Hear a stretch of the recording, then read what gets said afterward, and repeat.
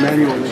Oh, straight can you see by the dawn's early light what so proudly we hailed at the twilight's last gleaming, whose broad stripes and bright stars through the perilous fight o'er the ramparts we watched were so gallantly streaming, and the rockets' red glare, the bombs bursting in air, gave proof through the night that our flags were still there. Oh, say does that star-spangled banner yet wave o'er the land of the free and the home of the brave?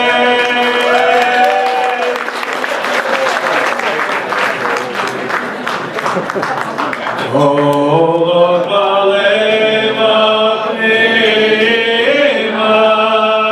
Nefesh Yehudi, Omira, Ulfatei Mizrach, Kadima, Ayin Letzion, Sophia, oh, Lord, God, Tikvatenu, Adik Babashno Dalbayim, Liyotam Kovshi, Beyartenu, Eretz Zion, Yerushalayim,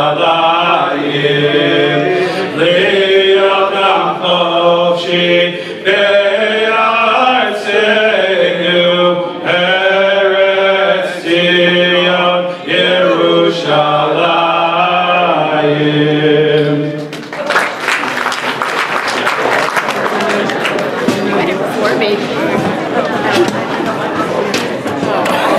Good evening and welcome to the 2022 Congregation Ohav Sholom Journal Dinner. I'm going to ask that everybody please refrain from conversation during the program. We will leave the bar open, but please refrain from conversation as best as possible can. I'm sure many of you know me. For those that don't, my name is Peter Tannenbaum. I'm the co-chair of this dinner, along with my co-chair Sherry Walsall. So Sherry, bring on the board.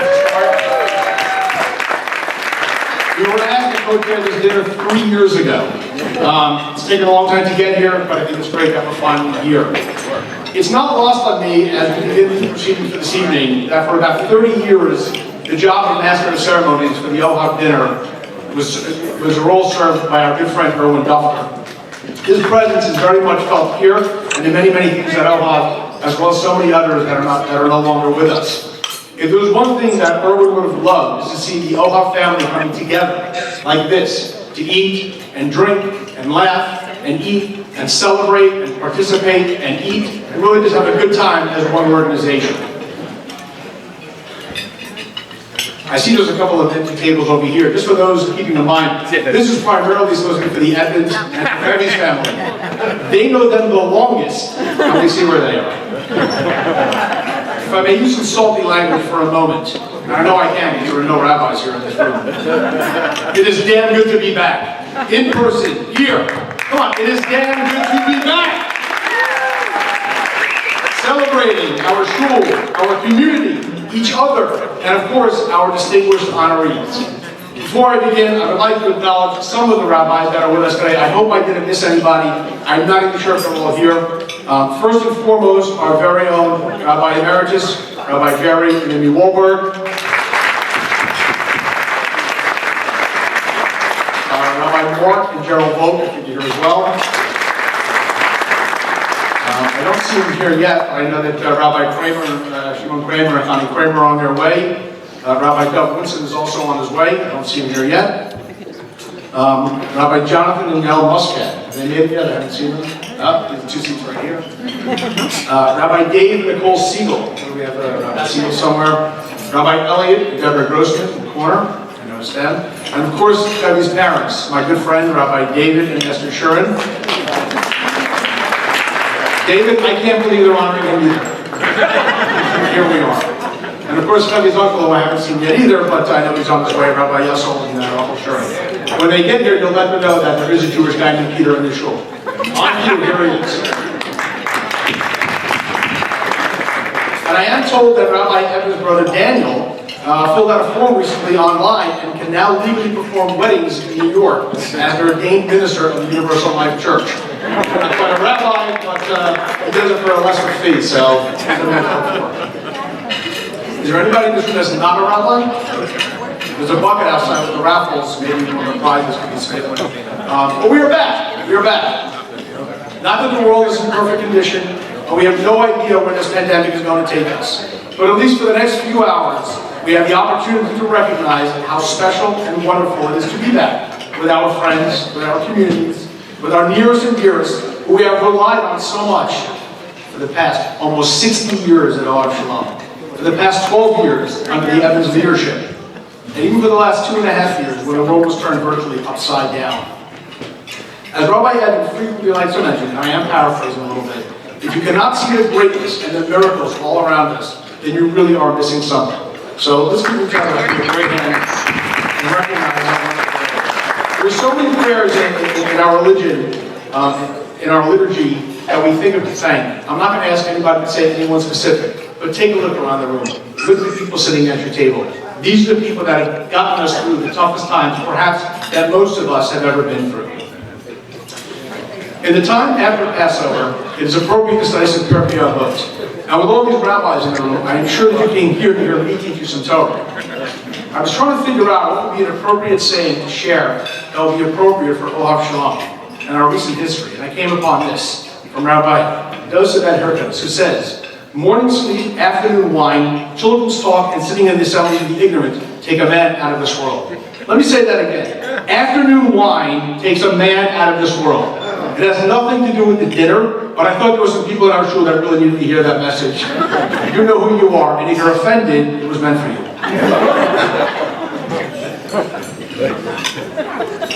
I can't even say the next one, so I'm just kidding. But of course, the one that is so apropos of today's festivities is a Pirkei Avot Mishnah from Rabbi Yeshua ben Barachi, who says, "Make for yourself a rav and acquire for yourself a friend."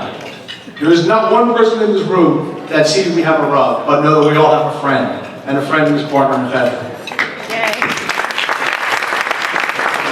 If your only experiences with the Evans, and with Rabbi Evans specifically, is you see him on the pulpit or during your time of need, yes, you are in fact seeing a great rabbi.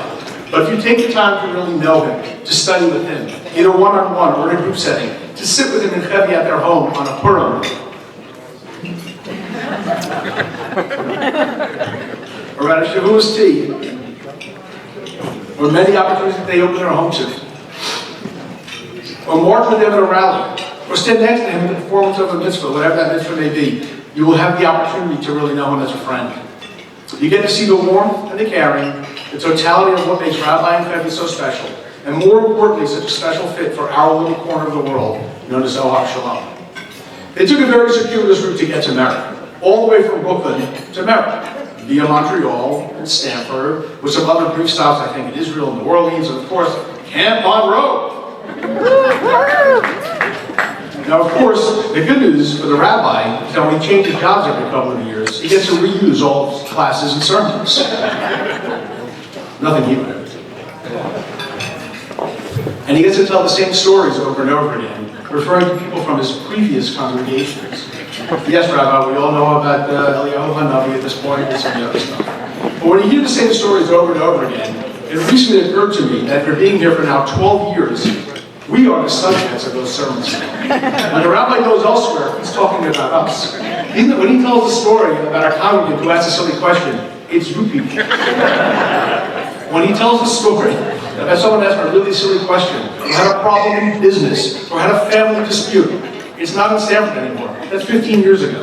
It's right here. When he goes to one of these highfalutin conferences, like he goes to Invoke on a regular basis, and he tells all these stories about his obnoxious, jerky congregants, he's talking about us. All right, mostly he's talking about me, so I think we're okay. But it has been a long journey. 13 years ago, Rabbi and Fabby came here for their Provo weekend. And during that weekend, we learned so many things about the Rabbi and Fabby. First, incredibly personable. They went around the room, they knew everybody's name, they tried to meet everybody, they tried to find out their stories. They really took the time to show that they really cared. Second, we got a glimpse of how much Rabbi Evan really cares about teaching. He gave 4 different classes on that Provo weekend. None of them in Aramaic, but he gave 4 different classes. And really took us through the journey that our religious experience would be like for the coming years. The third thing I think we learned is, no, he did not know the Kiddush. We'll hear more about that in the video. But more importantly, he knew how to recover. He knew, and perhaps the most important thing, that he would never take himself too seriously. That no matter what happened, he was going to be just like us. And no matter how many missteps he took, how many times he tripped or fell, or was bumbling and stumbling, and he offered malapropising, said an occasionally inappropriate thing, frequently alienated some of the membership of the congregation. Okay, maybe he does that more than most of us. By the way, February.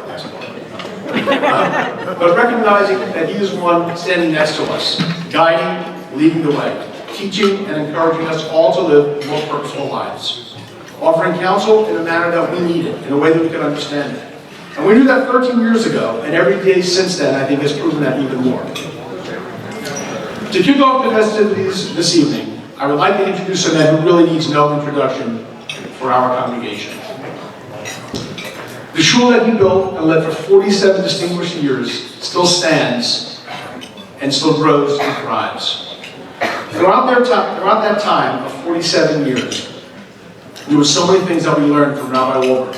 And even in retirement from our pulpit, he continues to teach and lead our congregation. There were so many synagogues that struggled with the transition from long-time established rabbis to new leaders. Ohav Sholom did not miss a beat. A large part of that is, yes, we chose the right rabbi. But just as important was the immediate and continued support of Rabbi Wolbert, who reached out in counsel and support of our rabbi. A true example of Menschlichkeit at its finest. It is now my honor to call forward Rabbi Jeremiah Wolbert, Rabbi Emeritus of Congregation of Austin.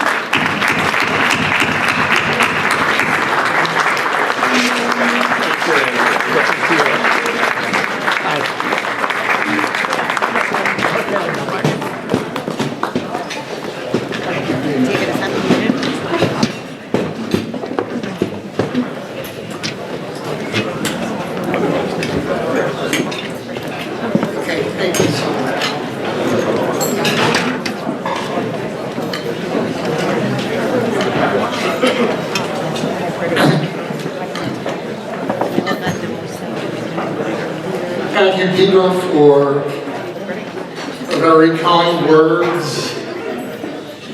Erev Tov and Bruchim Habayim to all of the family and friends of my dear friend, colleague, and Mamali Mokom, Rabbi Ira Evan.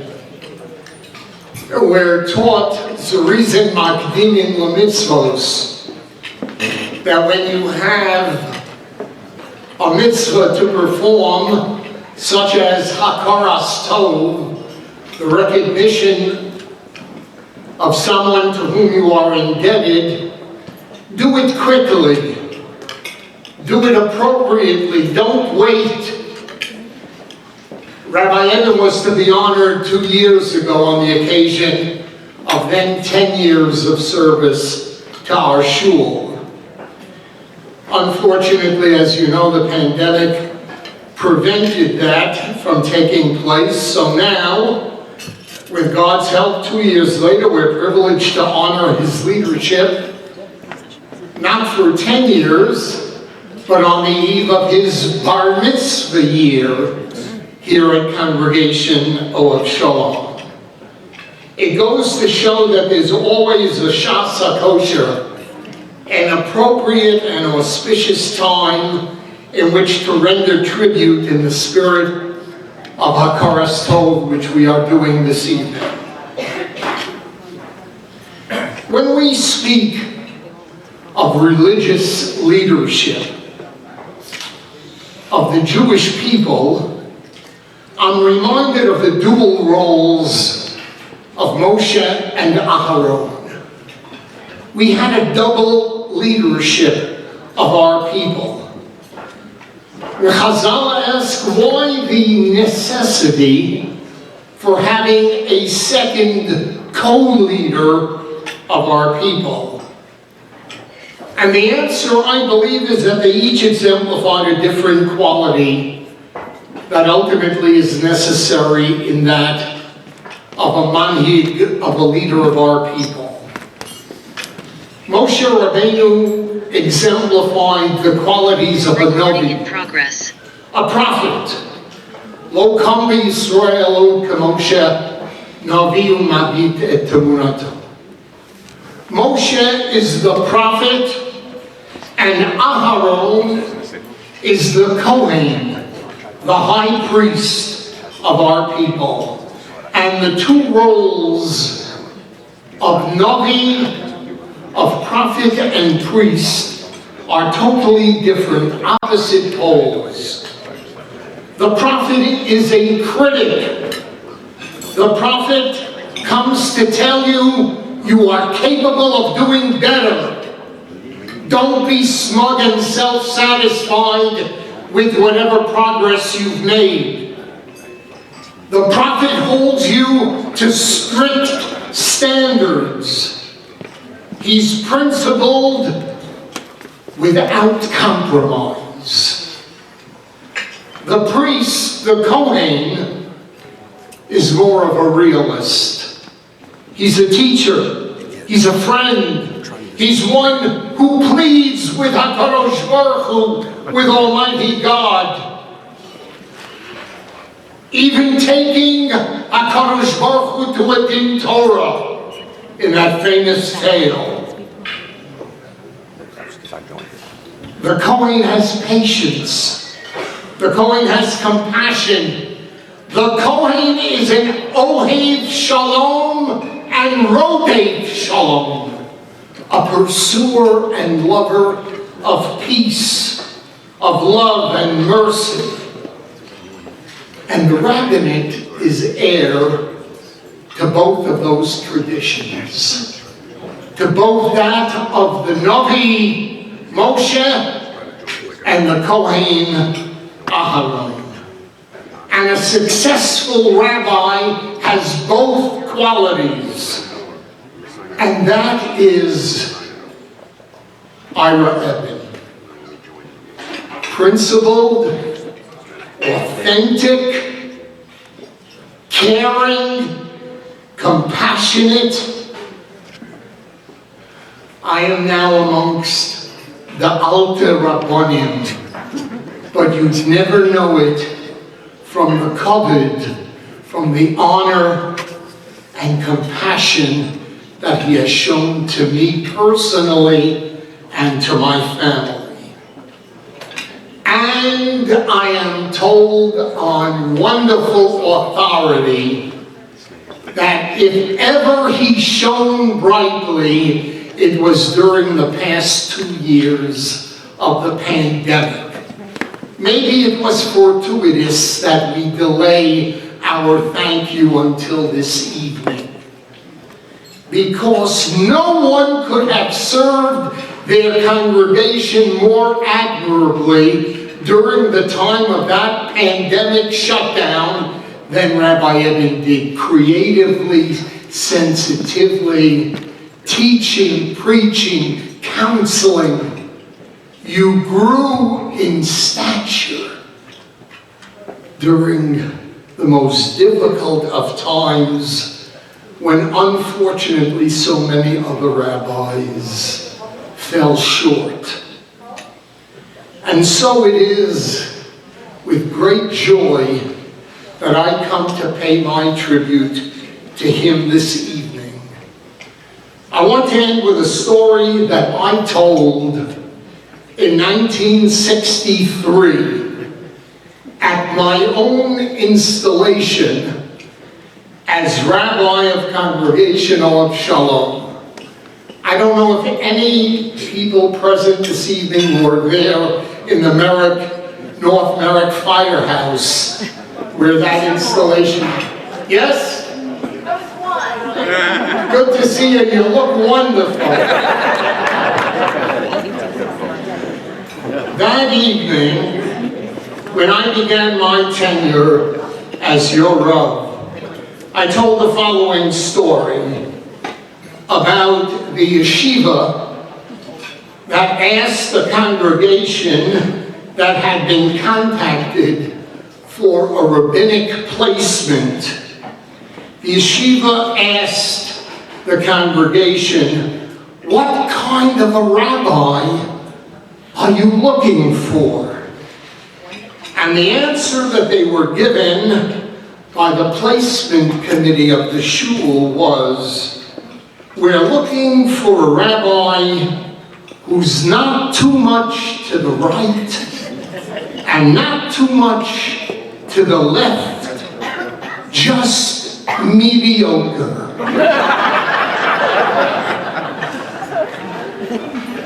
I hoped that I wouldn't prove to be that rabbi, but I know for certain that when Ohav Sholom was blessed to install Rabbi Evan as our Manhig Ruchani, spiritual leader, we chose someone not too far to the right or left, but one capable of reaching out to the broadest of elements. And I want to end by telling you, Ohav Sholom, never underrate yourselves who you are. Wherever I go, I meet people whose lives were altered by encountering our shul. It's davening, it's joy, it's respect, it's welcoming spirit, and the nature of kavod that you extend to your Rav, to your rabbi, and which I know you will continue to. One final word to Chevi. Not easy being a Rebbetzin. Sometimes even more difficult than being a rabbi. Truly the words of Eshes Chayil ring out in your personality, Chevi. Va'at olit al kulana.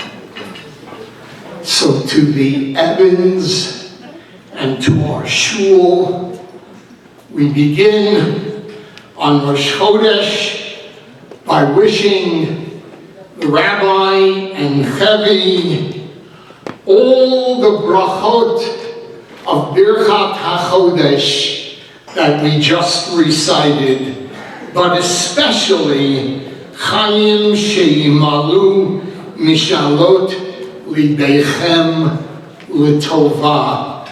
Mazal Tov.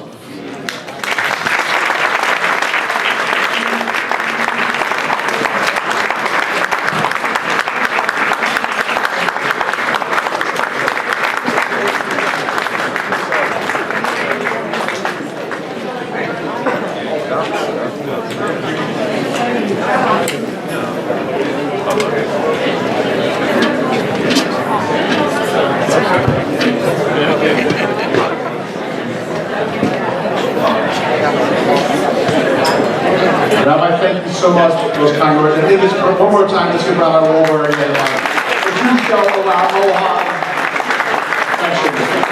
It's great to see you, Rabbi. We are now going to show a special video presentation. And even though I promised that I was not going to be making the thank yous, I felt it appropriate.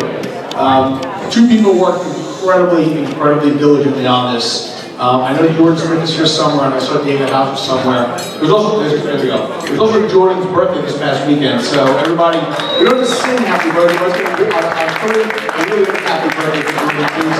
1, 2, 3. Happy birthday! majority of the neighborhood really worked incredibly hard on this.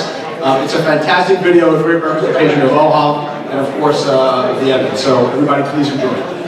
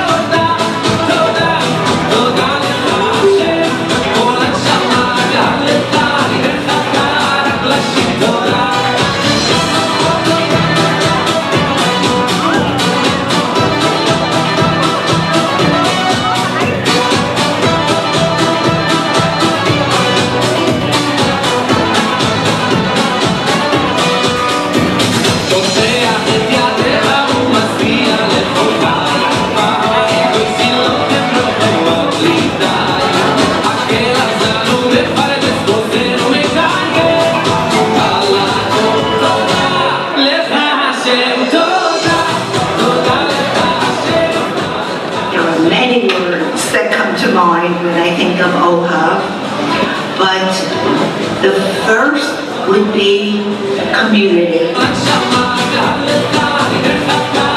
Community. Community.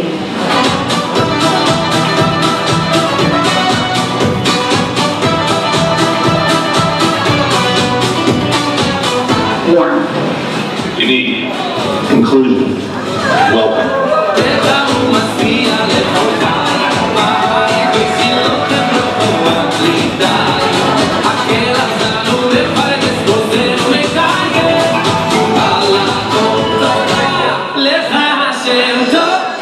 Word that comes to mind when I think of Ohav is family. Family. And family.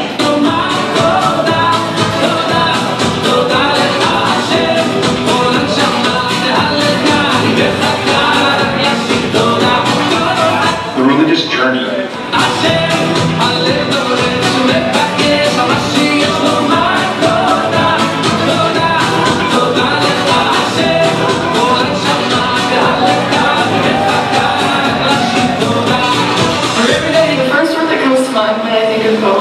Is togetherness.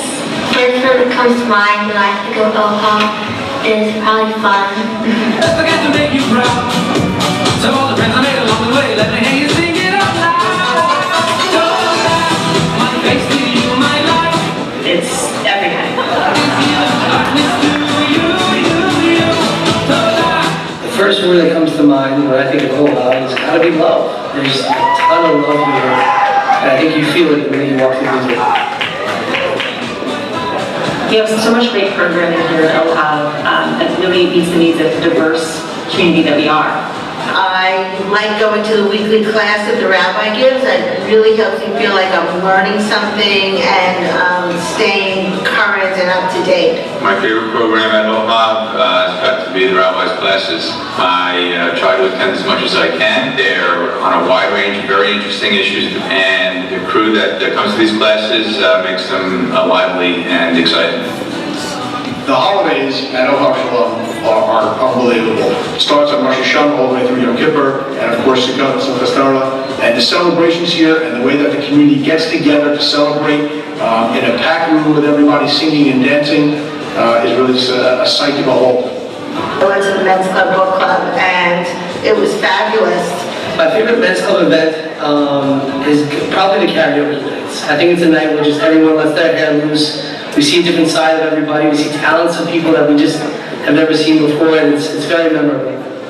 I've come to some wonderful sisterhood events, including candle making and painting and challah making, cooking demonstrations with cookbook authors, just wonderful programming. I started Mahjong here in my mother's memory. I'd really like to make baskets for Sukkot. The reboot of Ohavim. What better thing is than that? Our first initial thing, our night out was axe throwing. And I was so excited when we actually did it. Some of my favorite programs is like softball with the team, going to the journal dinners. I always like the communal dinners, the Shabbat dinners especially. I like the fact that a bunch of us would get together for Kabbalat Shabbat, and then maybe more would come later, and we would have a nice Shabbos dinner, and it was relaxing and really enjoyable. Another program that I like is the Back to Shul barbecue, which is nice to see a whole group of people come together that we hadn't seen over the summer. The program that we did was a book club with the youth groups. And I think we read Harry Potter, and then we all came together and talked about the chapter that we read. We're all very big Harry Potter. Yeah. One of the things I'm most proud of at Ohav Sholom is that we are a leader in the Jewish community, not just here in Merrick or Belmore or the local areas. We sent one of the largest groups to the Israel parade. We have a large contingent of kids that are going to all kinds of programs in Israel and from day schools and all fun stuff like that. And even for adults, when the community gets together for programming, whether it was the rally we had last summer against anti-Semitism and pro-Israel, it was on our grounds and it was packed with Ohav people. My favorite Ohav memory was the first Shavuot all-night learning that I went to. We did some learning, but I think we did a lot more laughing. The Purim Spiel was always very special. I'll have to say between the Beatles, which is probably my favorite, and Chicago. The Little Shop of Horrors. Yeah, that was a good one. Whether it was during the pandemic when we had our local pub connects and we got together online doing so many different activities, guacamole making, there were sangria making, and we also had game shows and just chats, book clubs. And now that we are physically back together again, we just had a Purim carnival that was so amazing with such high attendance, and there's just so many examples of the ways that we come together as a community, and the programs that we put together every year are unique and really fun. What makes Ohav so special has got to be the all-inclusiveness. I'm not used to a shul where everybody from every background gets along, and it's refreshing, I gotta tell you. Judgment-free zone. What makes Ohav so special is that we are a community of people from all different backgrounds, all different places, and we are welcomed as one. It doesn't matter where you sit on the observance spectrum, there's a home for you here. Without a doubt, the people here are what make it so special. Everybody is caring, they care of you, support. It's a wonderful community. People are very nice to each other. One of the things is that everyone says hello to each other, which is so special. No matter what your age is or what you do, what you look like, everyone's very friendly to each other. I think the craziness. There are so many different personalities, and that makes it unique. And then that's what's so special about Ohav. It's the uniqueness. Ohav is a special place. You have a lot of people from diverse backgrounds. You walk into Ohav Sholom, you have people smiling at you. There's like a warmth and a feeling of family and community and caring. And it's a place where we were thinking as we were beginning our family that no matter where we sent our kids to school or where we were on our spiritual journey, that we would feel comfortable at Ohav. And it's proven to be the case. What makes Ohav so special is Rabbi Evan. Rabbi Evan. Rabbi Evan. Rabbi Evan. Rabbi Evan. Rabbi Evan. Yeah, how cool is that? Rabbi Evan is everything to everyone all the time. Rabbi Evan is full of life. I have to bring up a sports metaphor. The best ability is availability. He's always there. He's there for everybody, good times, bad times. Attentive, compassion. He's very passionate and kind, and he looks out for people. Really good listener. He's empathetic, patient. I think he's funny. Funny. First word that comes to mind, besides corny jokes, is hardworking. Hardworking. I have never worked with somebody who just doesn't stop. The first word that comes to mind when I think of Rabbi Evan is supportive. He does a lot for the community to support all the different members of our community. There's so many people to have to think about, including his own family. He really balances it well, and nobody realizes all the work that goes on behind the scenes. When we selected Rabbi Evan as a spiritual leader 12 years ago, I was president of the shul, and I had this big undertaking of replacing Rabbi Wolberg. The thing that attracted Rabbi Evan to this congregation was his openness, his kiruv, his understanding, the way he teaches, the way he lectures, the way he conducts himself, the way he's open to people's religious backgrounds. He was a true fit to this congregation. We were looking for a place that we could make a difference. You know, when we came to Merrick, specifically a community that is growing spiritually, growing on a step-by-step process, growing where not everybody is exactly the same, and everybody's on that ladder to continue growth. This was a perfect fit for us, I thought, and it was something that was very attractive to me. I just felt like the people were warm and welcoming and wanting to talk to me, and you know, and it made a very solid impression. I just felt like I could really connect with people. I think people were excited when we came here for the first time, excited for something new. I mean, obviously, Rabbi Wolberg had been here for 47 years. I always joke, but I think it's a little bit true that in Merrick they knew about 3 rabbis in Jewish history. It was Evan, Wolberg, and Moses, right? So I feel like, you know, they were excited to see what the new tomorrow will be. And that was exciting for me as well. Like, you could sense the excitement that something new, something special was about to happen in this community, and people were embracing it. What makes Rabbi Evan so special is that he's so personal and personable to everyone. It's like that grandparent that everyone thinks that they were the favorite. That's how I think everybody feels, like, oh, my family is Rabbi Evan's favorite. Rabbi Evan combines confidence and leadership with humility. He's not intimidating. He's somebody who you really think that you can go to and speak to and feel comfortable with. He always kind of knows what's happening. He knows what to do, what to say at any given moment. Rabbi Evan has a special relationship with each kid, knows exactly what they like and how to make them happy. Rabbi Evan is very humble, and he's very caring and sensitive in a way that, you know, it took me a long time to really sort of believe it. But now that I've seen so many specific examples, both sort of behind the scenes and in front of the scenes, whether it's celebrating with a new couple, or even something that I experienced when my father passed away. And I can't think of a more sensitive spiritual leader. And for me, it really made such a terrible experience just so much more grounded, and I really felt like cared for. And I know that there are many others in the synagogue who have expressed that feeling, something very similar. My mother passed away very unexpectedly, and it was actually with Rabbi Evan's help and support that got me through a very difficult time. It's hard to capture into words how much he was there for us in our time of need. And we're here to be a part of people's lives. That's what we want. We want to be able to have the opportunity to go from birth to marriage and beyond. I want to be able to look at these kids and say that I was there when you were little, and now to watch you grow up. I want to be able to have the opportunity to celebrate smachot with people, good times, and also to be with them during challenging times.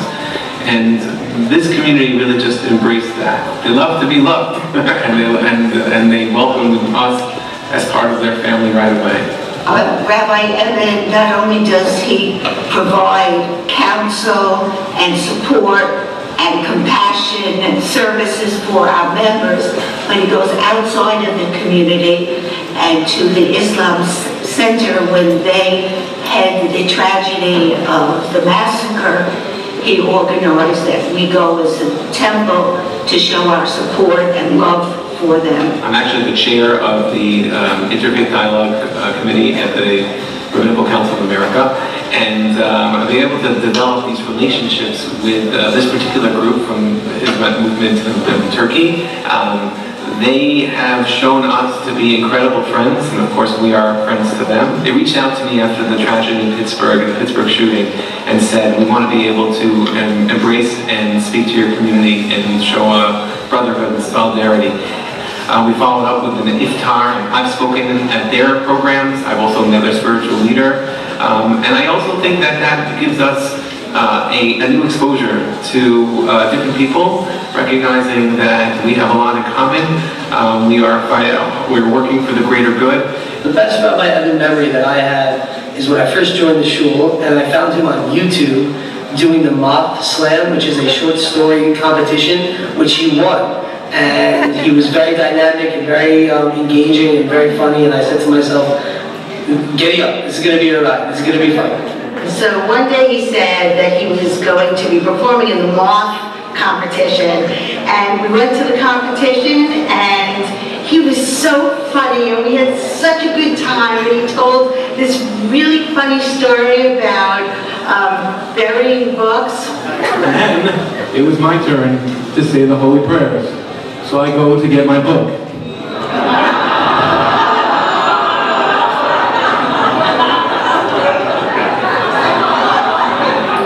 Surprise!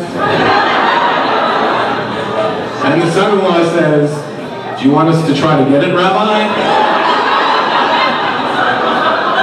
And I said, no, we're not going to try to get it.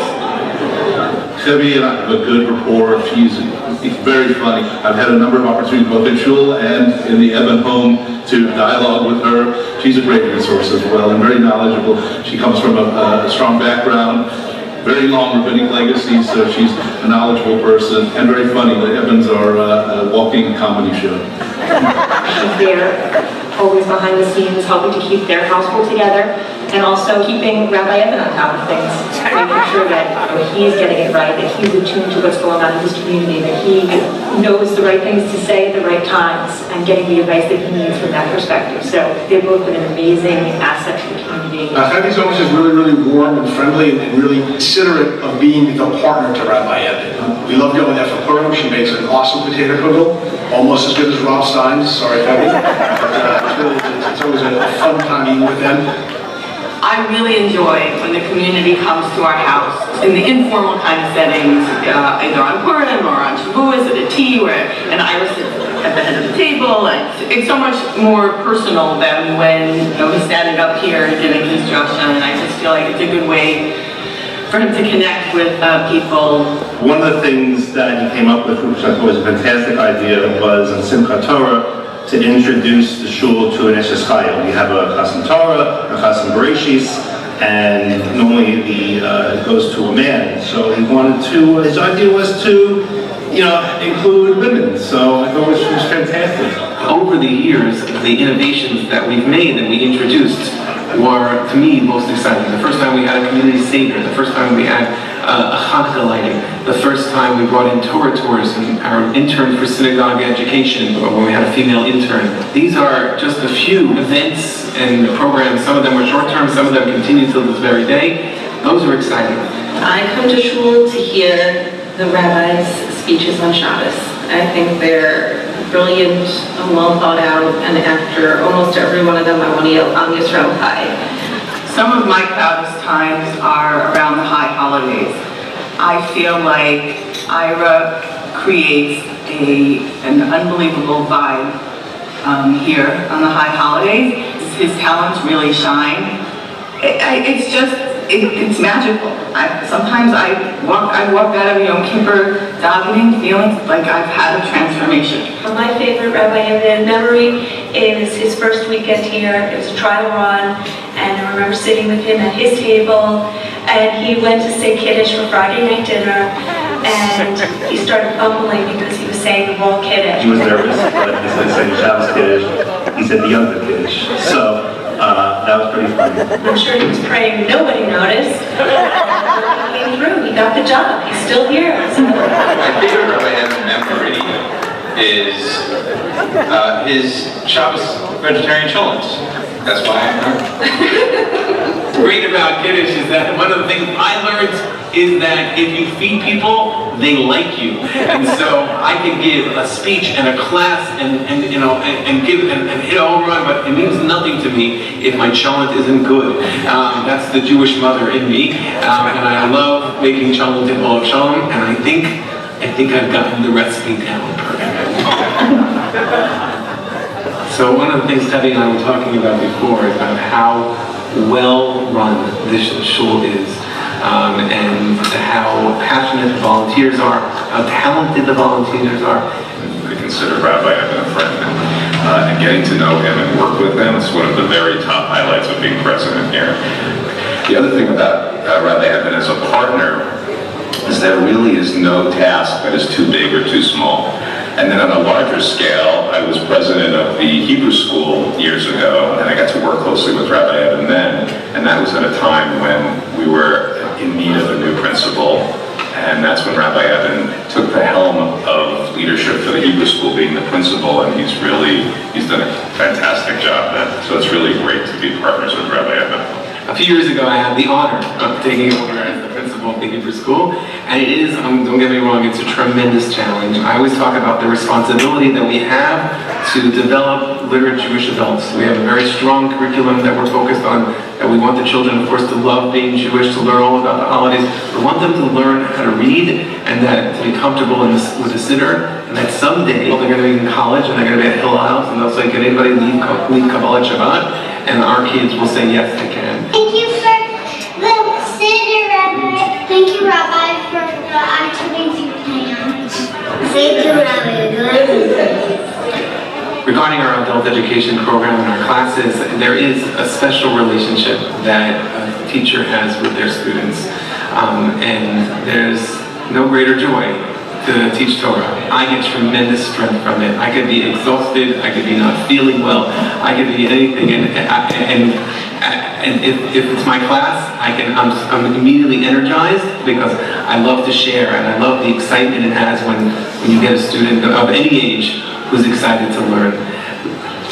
We had a Torah dedication written by the Adwar family, and it was one of the great moments of our 12 years. It was so exciting, not just that we have a new Torah and that Case Women people got to participate in writing in it, but that parade that we had with that monster truck, it was so cool. When Anat was a very little girl, we were at a very crowded engagement party, and Anat was, got lost. I didn't have that happen. I'm always responsible for her. And she pulled on a leg of the nearest person and said, "Have you seen my daddy? His name is Rabbi Eben and he lives in the shul." And I got back to us and how funny is that? She thinks he lives in the shul. And the truth is that for our kids, we very much live in the shul. We've always, to them, this is their second home, this is our home, and the shul has always been a part of their home. One of the things that we ingrained in our kids is that we live to serve. And so our kids have been very much the unsung hero. We've gotten them to work late at night, early in the morning, and the reason is because we live to serve, and this is our home, we live in the shul. Yeah, my daughter Shira, who is in Israel this year, and in a program that has a lot of Israelis, it had the Americans get up in front of the Israelis and talk about their lives in America.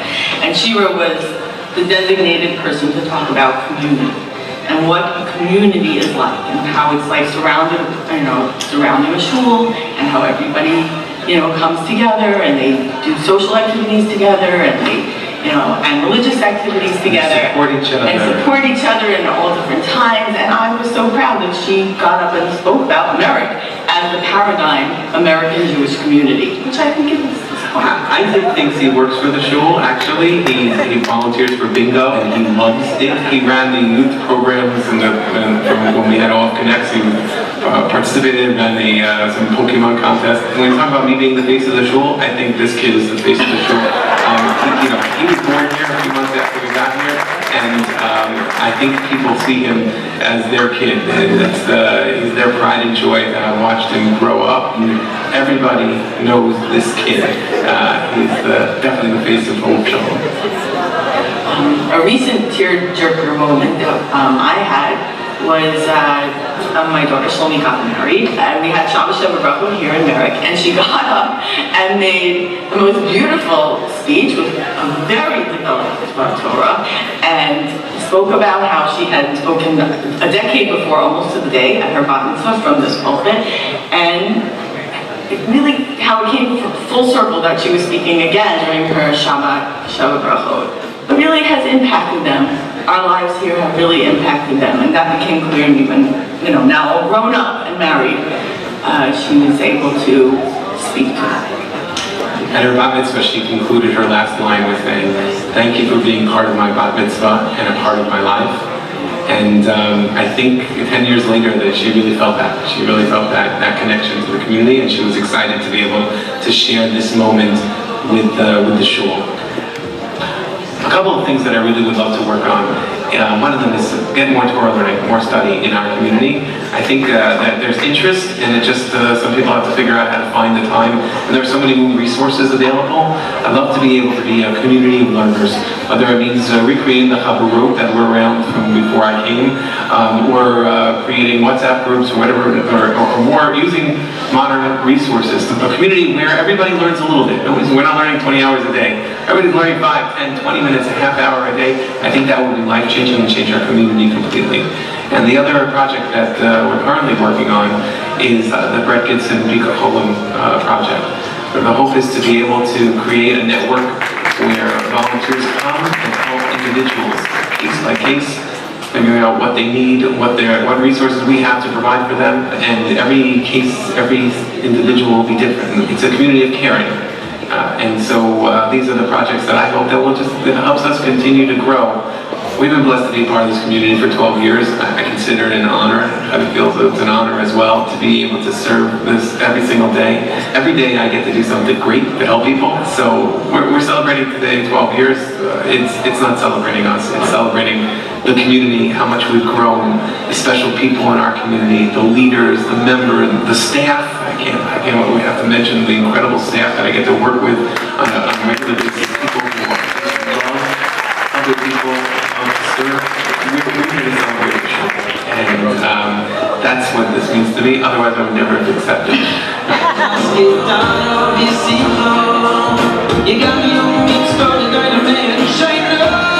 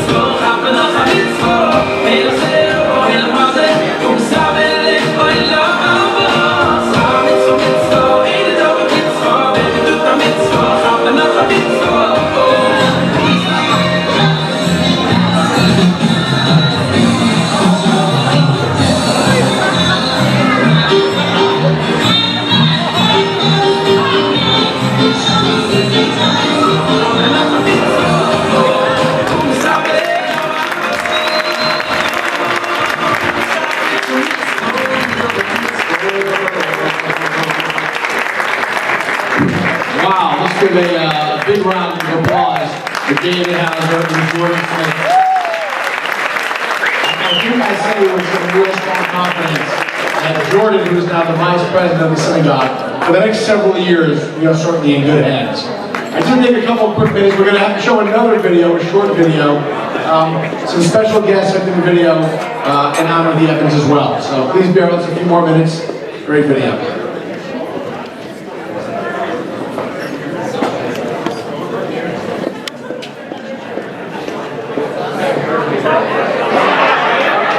So what makes for a great rabbi? The Mishnah here, if you have this, tells us that a rabbi, or for that matter, anyone who pursues a life of Torah, they should live a simple life. Eat little, drink little, sleep on the ground, v'chayit sa'ar tichya, and they should lead a life of suffering. And if they do so, it'll be good for them in this world, and good for them in the world to come. How do we understand that? I think it's relatively simple. What does sa'ar really mean? When you have a passion for something, you're willing to make sacrifices and give up other things to pursue that passion. I can't think of a better way to describe the Evans.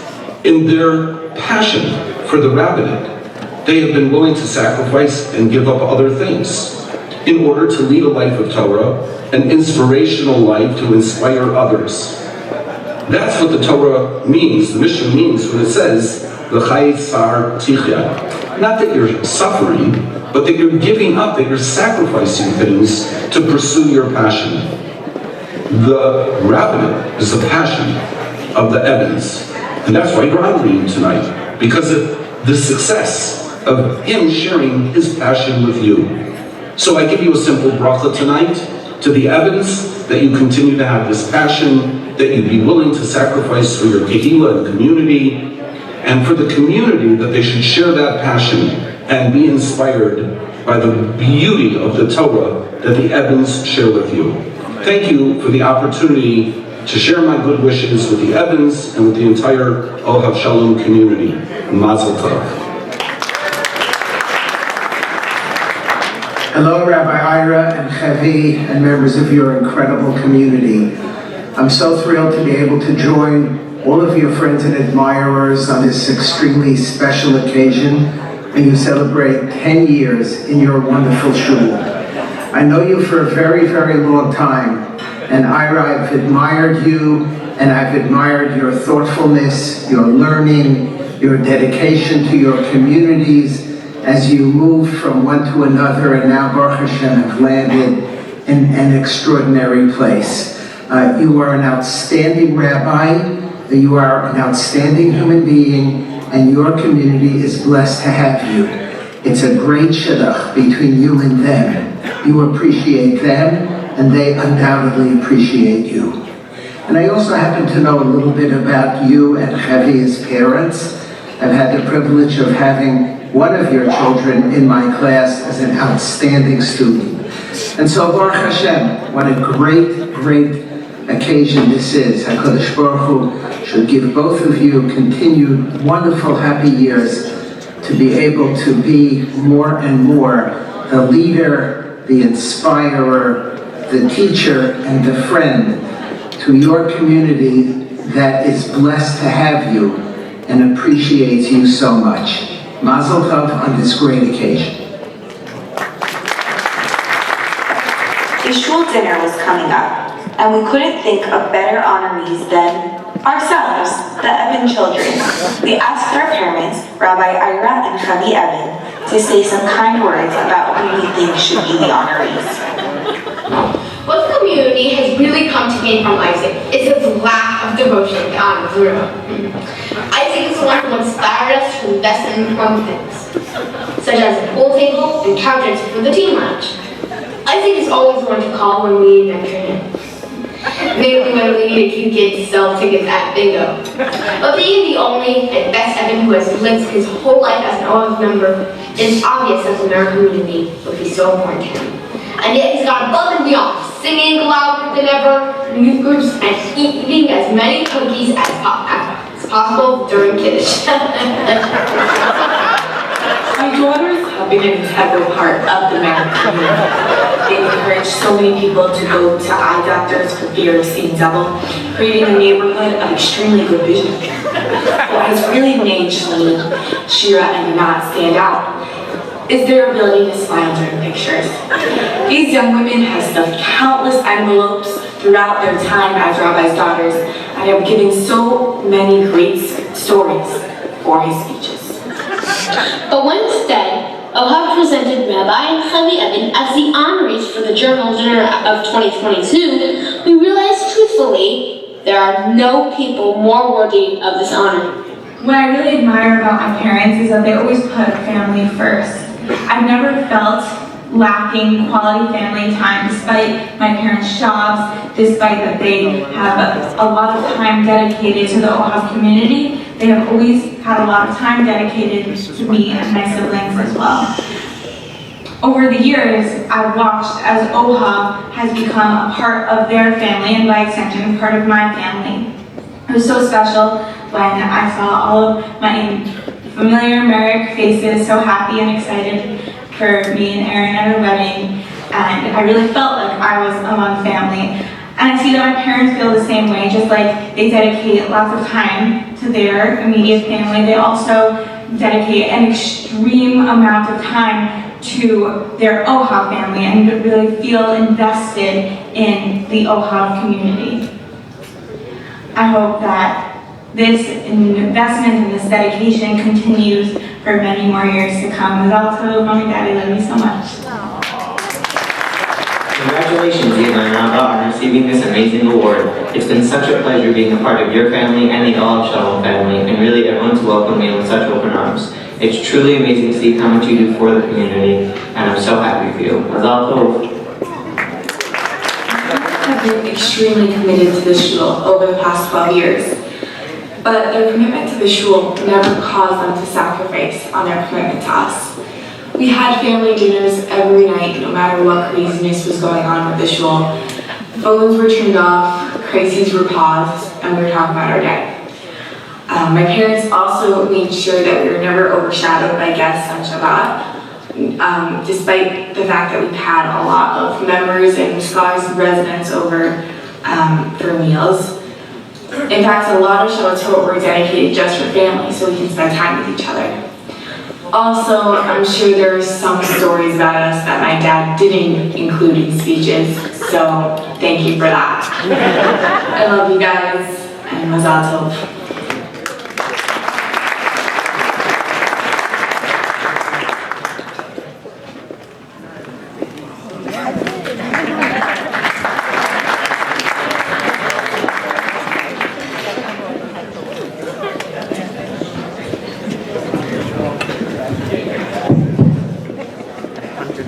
Here from the Evan family. Great job on the video. I reached out to them 4 weeks ago to ask me to put something together for their parents. And I think it was Shira who actually responded before I saw her in shul. And she said, well, do you want something serious? Do you want us to say some kind of nice, loving message for our parents? Or do you want something maybe a little more, jovial, a little funny? I said, yeah, funny is good. He goes, oh, you want the full Evan treatment. So it really is.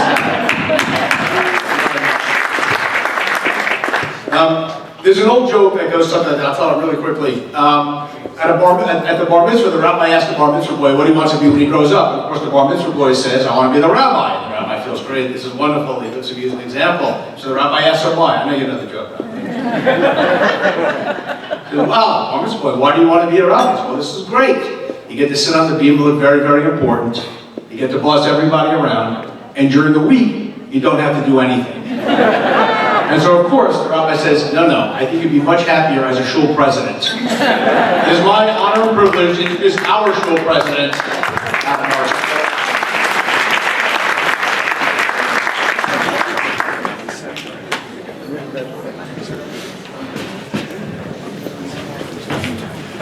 Thank you for that, Peter. You feel right at home.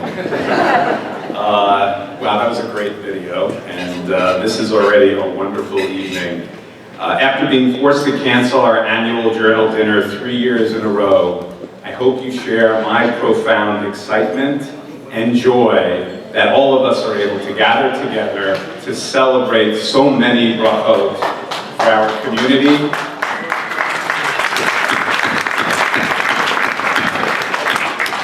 Our shul, which as you heard is celebrating its 60th birthday, and of course our honorees, Rabbi Ira and Chavi Eben, and their 12 years of Merrick. This is a very special evening, and it does not happen without significant effort and dedication from so many. It truly takes a village. I begin with a tremendous thank you to our chairs for the evening, Sherry Balsam, and of course Peter Tannenbaum.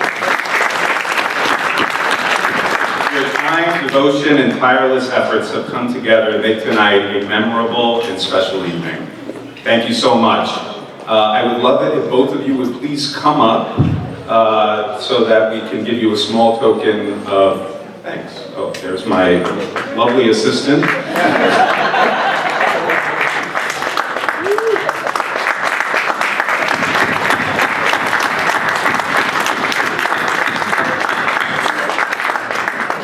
Also very smart too, not just lovely.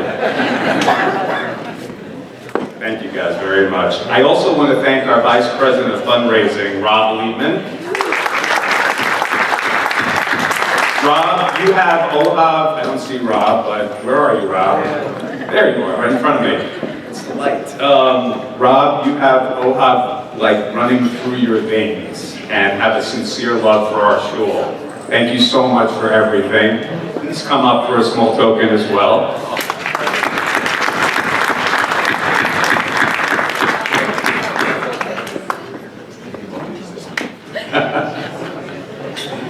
Our raffle committee chair, Roberta Gotchman. Roberta, when you were asked to spearhead this, we gave you so many opportunities to take the easy road. And you and your amazing committee worked so hard and showed so much dedication to make the most of our raffles. You are a force. I don't know where you are, Roberta, but please come up as well. Thank you.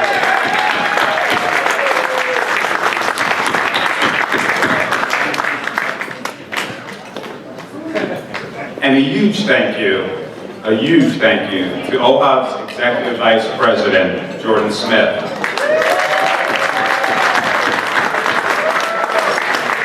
And to Dr. David Hauser for their incredible work putting together this incredible video tonight. This was a Herculean task that took a tremendous amount of time and was a true labor of love. I think they had no idea when they sort of agreed to do it. I'm not sure if they agreed or Peter was very persuasive, but it was a Herculean task and you guys just hit it out of the park. Words fail to adequately express our thanks. Please come up for a small token as well.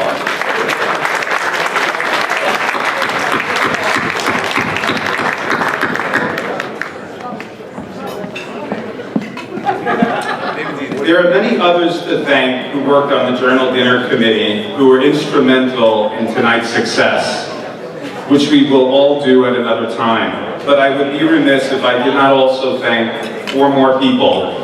Edie Stein and Fran Mendelowitz, our fantastic decorating team. Guys, you're not excluded, you have to come up too. And to Linda Bacor and Amy Tannenbaum for their thoughtful work on the invitations and on the table seating.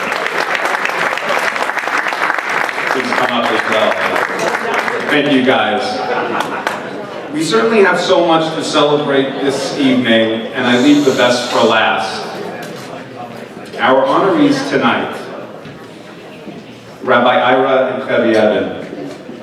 Rather than use my own words of thanks, which I feel like I have opportunities to do, I'm going to describe the Ebens using only the words that all of you have provided in your journal dedications and tributes. So here goes, in your words. Thank you both for your chesed, graciousness, caring, warmth, friendship, kindness. Your honesty, integrity, and energy inspires us. You are hardworking and never stop. You're always available. You show incredible leadership and lead by example. You have a good heart, and we appreciate your pursuit of Gimilut Chasadim. You have made our shul a home that is accepting to all. Your selfless dedication is its heartbeat. Your unwavering commitment is its soul.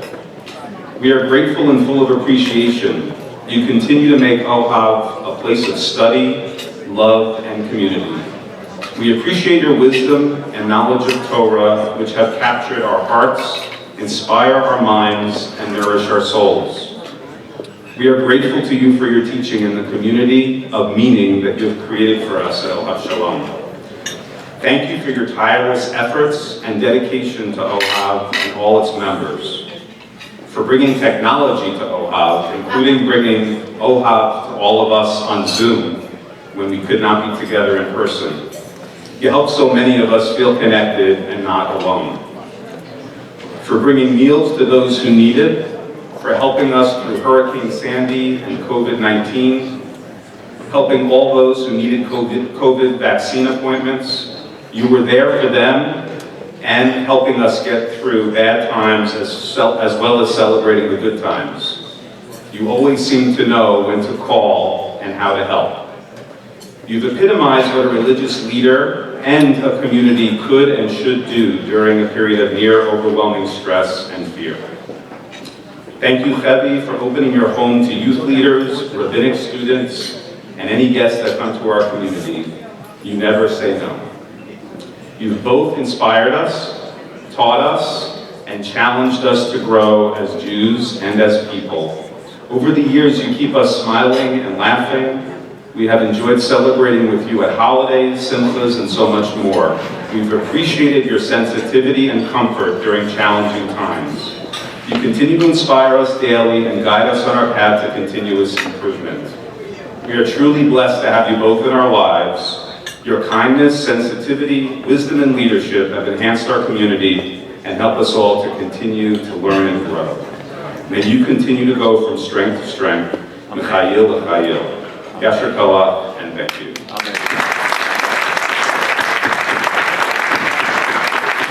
As a small token of thanks, now it's your turn, and memory for this special tribute, please come up and accept a special custom-made artwork created by our own very talented Janice Sutler.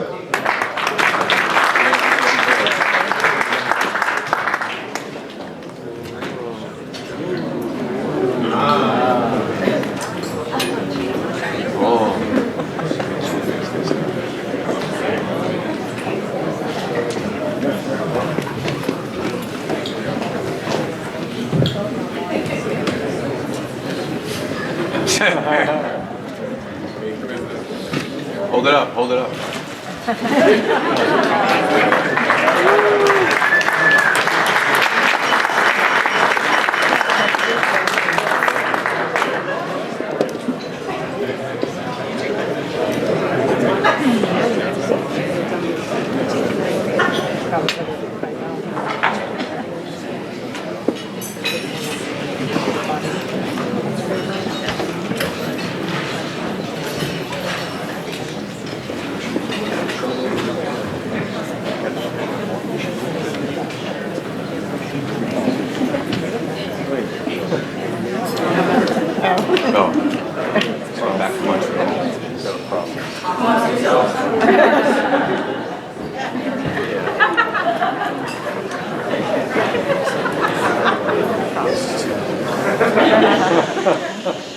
Hi, Kev.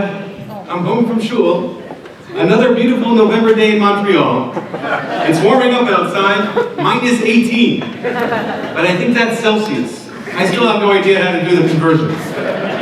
Oh, hi, Ira. How are you? While you thaw out, I wanted to tell you, I was looking at the YU rabbi listings that you showed me the other day. Yeah? And there's a listing there for a rabbi in a shul called Ohav Sholom. Did you mean Ohav Sholom? No, Ohav Sholom. Ah. But what's really interesting about it is that it's in a place called Merrick, New New York, on Long Island. Merrick, Long Island? Never heard of it. Yeah, but I Googled it, and it's only 25 minutes from the Viscount and your sister Alana. Really? That does sound nice. But I can't imagine moving again. Aren't we just starting to feel more comfortable here? I forgot to tell you. I finally figured out the French parking signs. Lundy's Monday, Marty's Tuesday, American is... Yes, I'm very proud of you. It only took you 2 years. But also, Montreal is such a great city to be a rabbi in. The people here are so polite. They went out online for hours and hours without complaining at all. They are completely satisfied with the substandard healthcare system. They go to sleep at about 8:30 at night, and the board meetings end no later than 8:15. And there's a guy who clears off the snow from my windshield every morning after minion. I know. Other than the weather, there are a lot of nice things about living here. But I was thinking, there is something that's missing from your rabbinate here. You know, we always said that one of your greatest strengths as a rabbi is your ability to connect with people. And the people here, they're just part of a different culture, and as much as you try, they just don't seem to be looking for that connection so much. I feel like some of your greatest strengths as a rabbi are being underutilized. That's something to think about. Besides, they don't even get half your jokes. So you noticed that too? Because I made a great mother-in-law joke the other day, and they just smiled and nodded. Ohav Sholom looks like the type of shul that would be a great fit for us. And the best part, if they invite you to come, we get to go on another praba. Yes, a praba. God, I miss those. I am great at pravas. The job, not so much. But I can definitely give a bang-out interview. Yeah, think about it. You'll give all your best speeches, tell all your best jokes. Do you think they'll have a Q&A? I love Q&As, they're awesome. Nothing like a good Q&A to get the adrenaline flowing. What a thrill. Now, these are smart things you're saying, but... Here's my suggestion. Send in your resume, get the job. We'll talk about it later. So when's later? Maybe when they honor us at the dinner on our 12-year anniversary.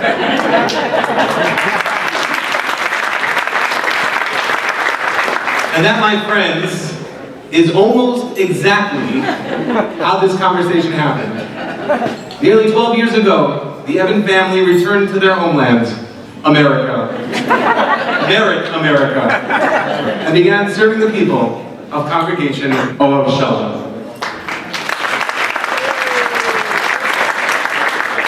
Good evening, everyone. It is so meaningful for Ira and me to be recognized tonight by our Ohav community. It is particularly special to have so many members of our family here.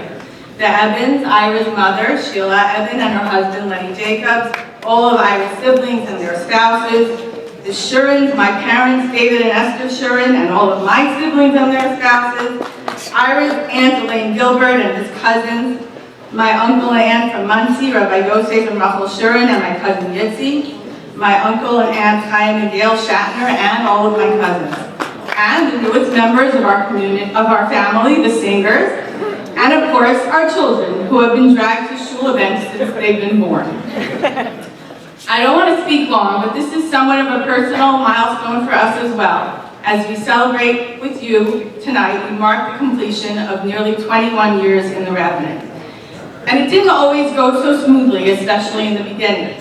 One of the things that we are most appreciative about Ohav Sholom is that it is a community that recognizes and appreciates the needs of a rabbinic family. I can't say that every shul has been quite as sensitive. Early on, if not for the help of my parents and Ira's parents and Ira's brother Steve and his wife Sarah, we would not have been able to continue this mission. We have watched as many talented rabbis left the rabbinate due to financial pressures. Whether it was putting a down payment on a house, covering lapses in medical insurance, evicting a non-paying tenant, and paying the mortgage on our empty house until we were finally able to sell it, or even when the Canadian dollar skyrocketed in value just in time for us to purchase our home there, as well as other types of support like our parents and all of our siblings helping out by babysitting our children so we can take much needed vacations or go on one of our many job interviews. The list goes on and on. Our family never hesitated to help in any way, so they too have a share in this milestone celebration. We were always able to serve the Jewish people with dignity, and we and everyone in this room are incredibly indebted and appreciative for that. So to our family, I hope you all felt proud tonight, and I wish for you all to see continued nachat from all of your children and grandchildren.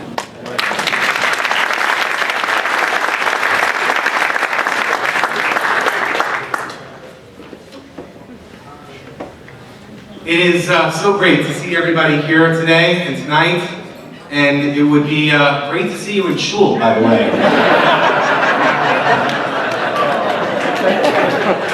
Just saying.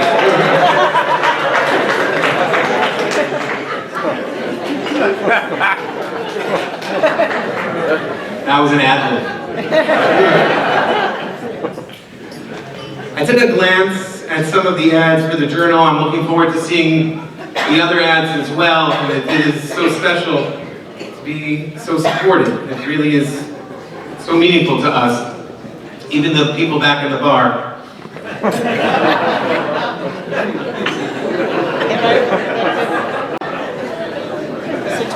I took a glance at some of the ads in the journal, and I have to say that my favorite one was from my friend Maury Barron. Where's Maury?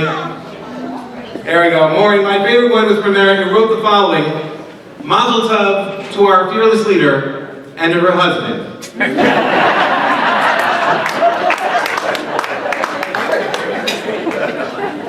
If it isn't obvious yet, we are not in Merrick if Chevy doesn't push me. And in truth, nothing can happen in our home and in our lives without Chevy.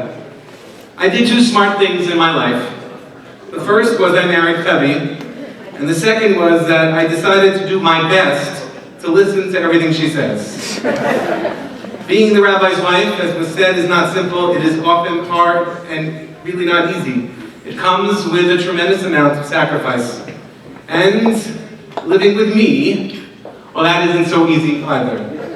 When I say that I could never make it to shul without Chevy, it's probably right, because I wouldn't be able to find my shoes. And the truth is, I actually wouldn't have any shoes, because she buys them for me too. When Rabbi Akiva returned to his hometown, the story is told that his wife, Rachel, and successfully tried to make her way through the crowd to see him. When Rabbi Akiva spotted her in the crowd, he said, "Make room for her, because Shali v'shalachem shalahu." Whatever I have accomplished and whatever you have accomplished is all because of her. When I started reflecting what is now 21 years in the rabbinate, 1 year in New Rochelle, 5 years in Stanford, 3 years in the frozen tundra of coaching of Quebec, and now 12 years here in Merrick, it became very clear to me that there is only one person on the dinner invitation who truly deserves our honor. Shali v'shalachem shalahu. Everything that I and we are able to accomplish in this shul is because of her, and for that, we all thank her.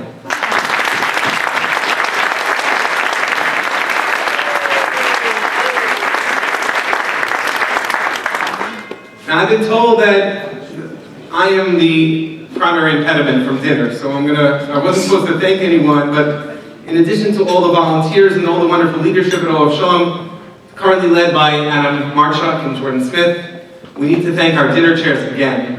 And we asked Peter Tannenbaum and Sherry Balsam to chair the dinner, not because we don't like them, and I hope they still like us after all of this.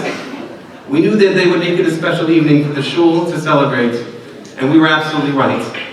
They and this incredible team have put together a spectacular evening for us tonight, and we are so appreciative.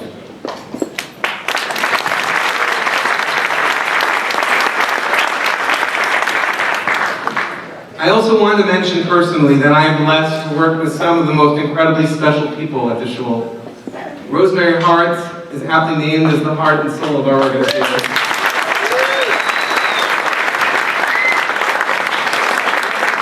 She makes our shul better, and she makes me a better person, and I'm so blessed to have her in my life. Patrick is here as well.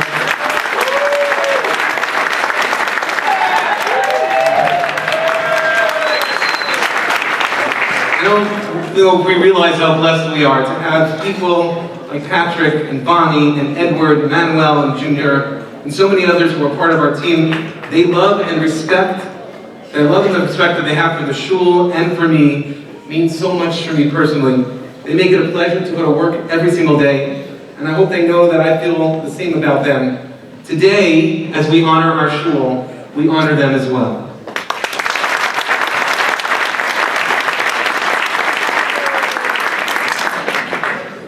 My father of blessed memory, would have loved to be here tonight. Mostly because he would have really liked the food.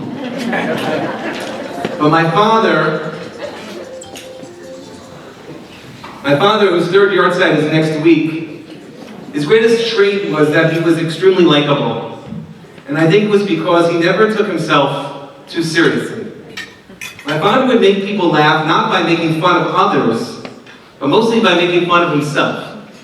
Laugh at yourself and others will laugh at you. That is a character trait that I try to integrate in my life as well. So, as Peter mentioned, every couple of years at rabbinic conferences, rabbis get together in a circle and share their most embarrassing and ugly moments. Not necessarily about our congregants, but sometimes it is. And inevitably, I always win.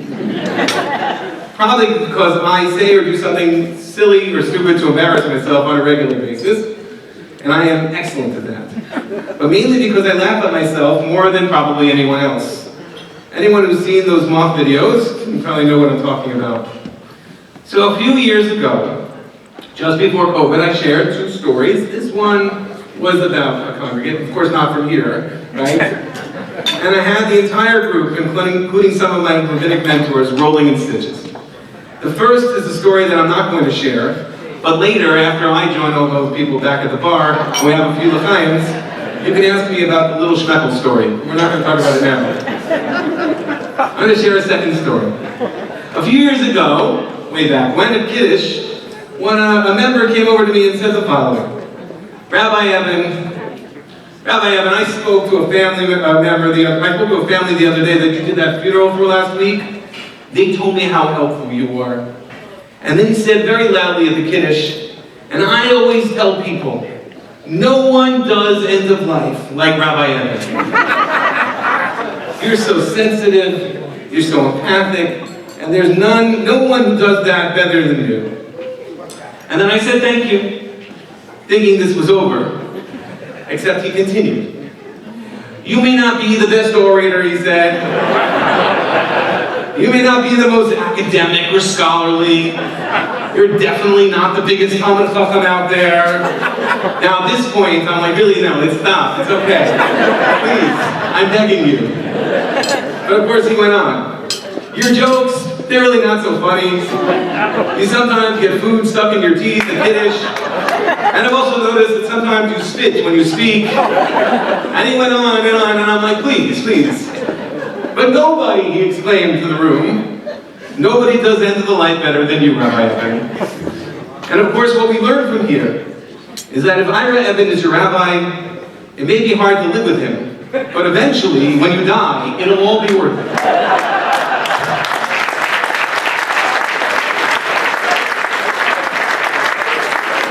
And I was thinking maybe that should be the shul marketing campaign.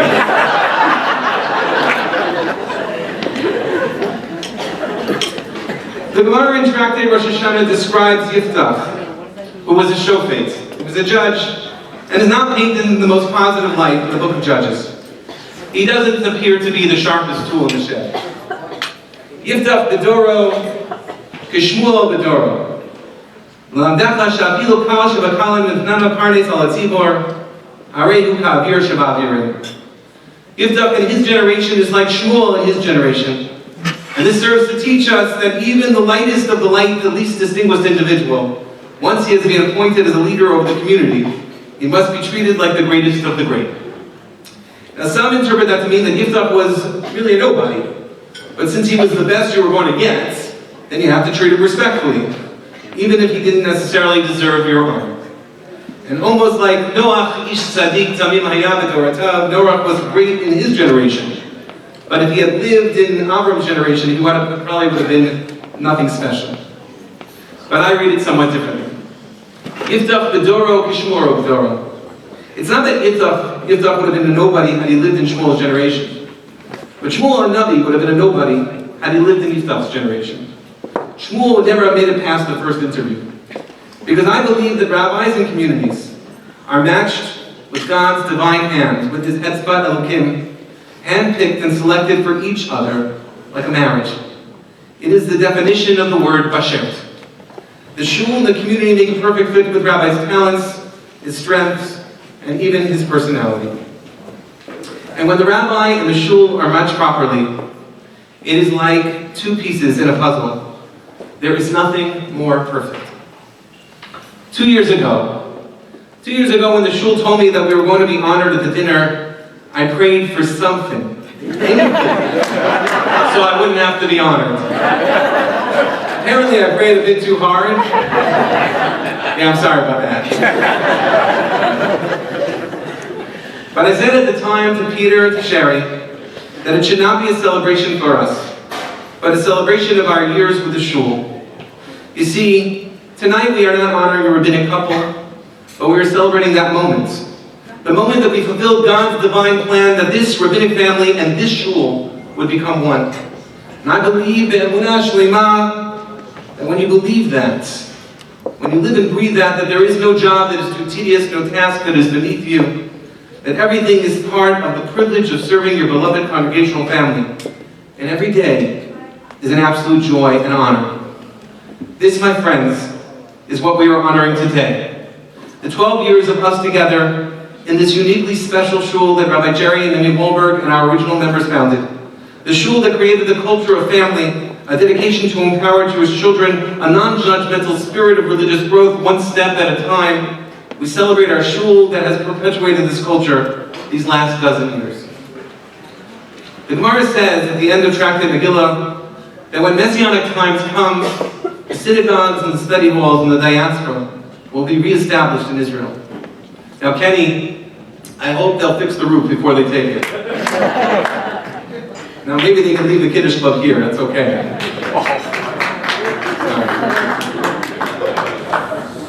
But, it would make sense that in the Messianic time, when God designs a perfect world that our shuls, not the buildings per se, but the kehillah, the community that we love and have dedicated so much of our lives to, will naturally have to be a part of that perfect world. So let me tell you, this may not be the Fifth Avenue Synagogue, or the Great Synagogue of Jerusalem, and it's definitely not the Hampton Synagogue with their $10,000 Kiddush, and certainly not the Beis Medrash Gavoa of Lakewood. You get the point. But Ohav Sholom and together, we make a perfect match, with all our imperfections. Because Ohav is the shul that lives and breathes values that I live and breathe. Values of a commitment of Torah Yisrael, Eretz Yisrael, and Am Yisrael. Values of respecting all people as created in the image of Hashem. Ensuring that all Jews feel welcome and comfortable regardless of their backgrounds or levels of observance.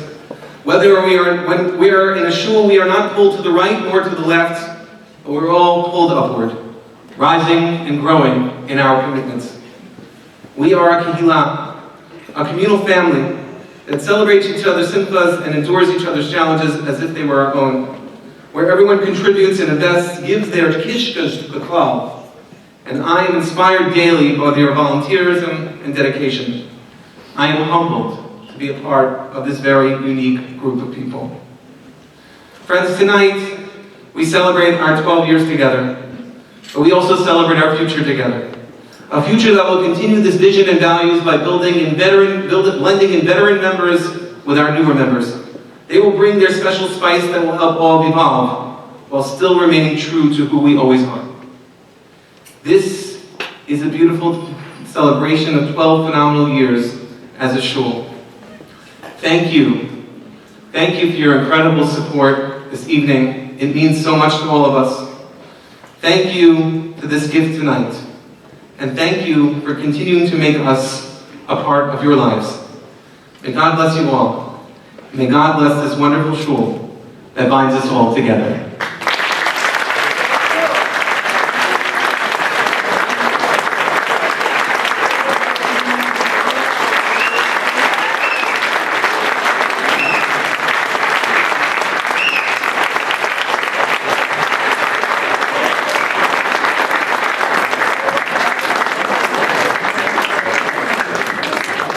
I know one of the things that you're never supposed to do is compare the old rabbi to the new rabbi.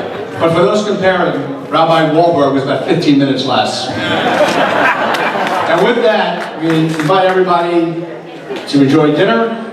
Reminder that in about a half hour, 40 minutes or so, the entertainer for the evening, Stephen Scott. If you have not heard Stephen perform before, he is unbelievably funny and appropriate, and it's going to be a great evening for the rest of the night. So enjoy.